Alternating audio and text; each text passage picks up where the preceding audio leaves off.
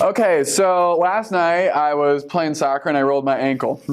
So I thought I'd show you just kind of some acute ankle care and what we do here instead of icing. And if you don't know why we don't ice, check out our newsletter because we have plenty of good information in there. Shout out to Steve Kolpis, that's my boy, holla.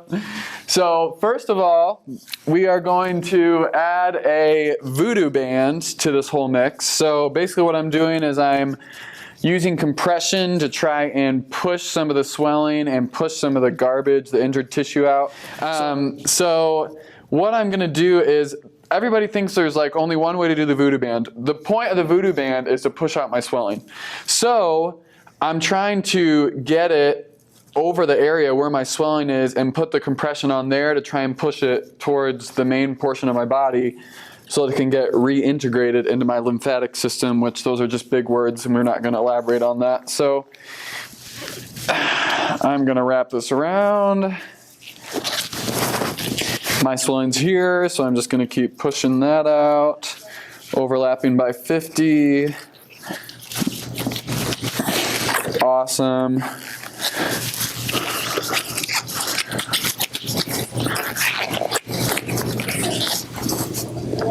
Then at the top, I just pinch it off a little bit. And notice I have a space there. I don't really care about this side because I don't have any swelling over there. That's normal. This is a place that's covered because this is where I want to push the swelling out of. So the first thing I'm going to have us do is, and watch this is very important, how to do this. So I go over the top. I come around the back to where I have this like this again, and then I go over the top of my foot like that.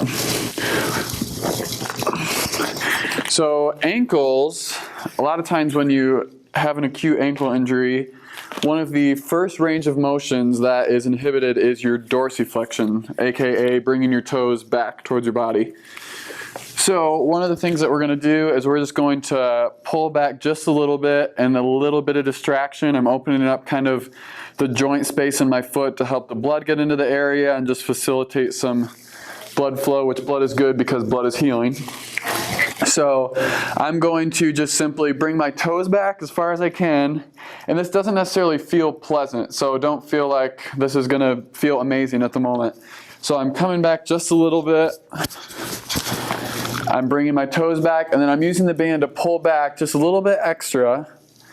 Then I'm letting off the band, and I'm pushing my toes down, oh yeah, as far as I can. And that's a little bit painful right there.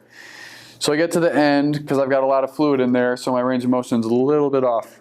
So I'm backing up, toes back as far as I can, pulling, letting go, pushing against resistance, to that as far as I can go, and then coming back.